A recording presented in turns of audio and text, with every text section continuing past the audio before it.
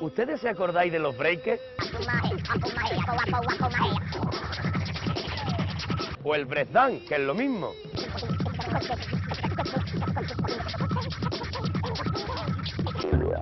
Claro que se acordáis.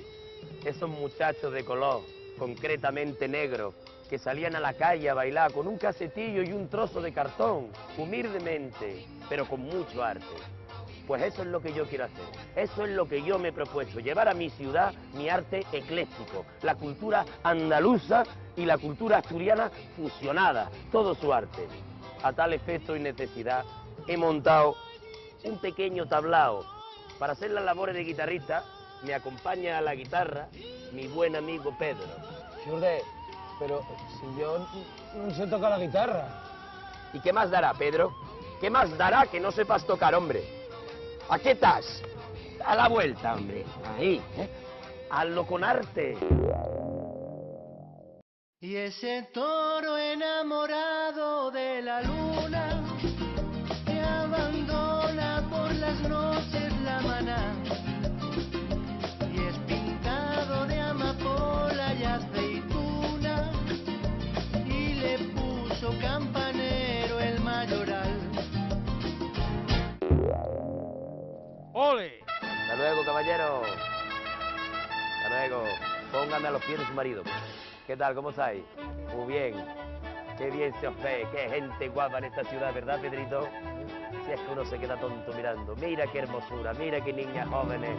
¡Oh! ¡Ole!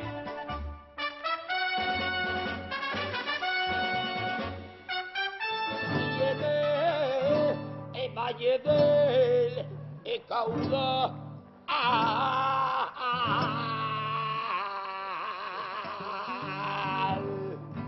Está la villa de Viere,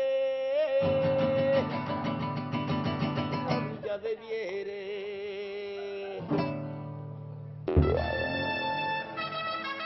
Impresionante. ¡Ole!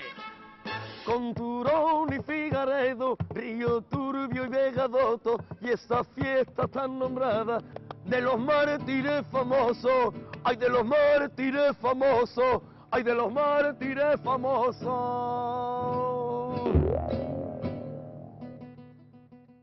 ¡Bravo! ¡Ole! Prueba superada. Xurde, oye, ¿qué hacemos con los perres? ¿Cuánto hay? 5 euros, más o menos. Vamos a tomar una botellina sidra de cortina.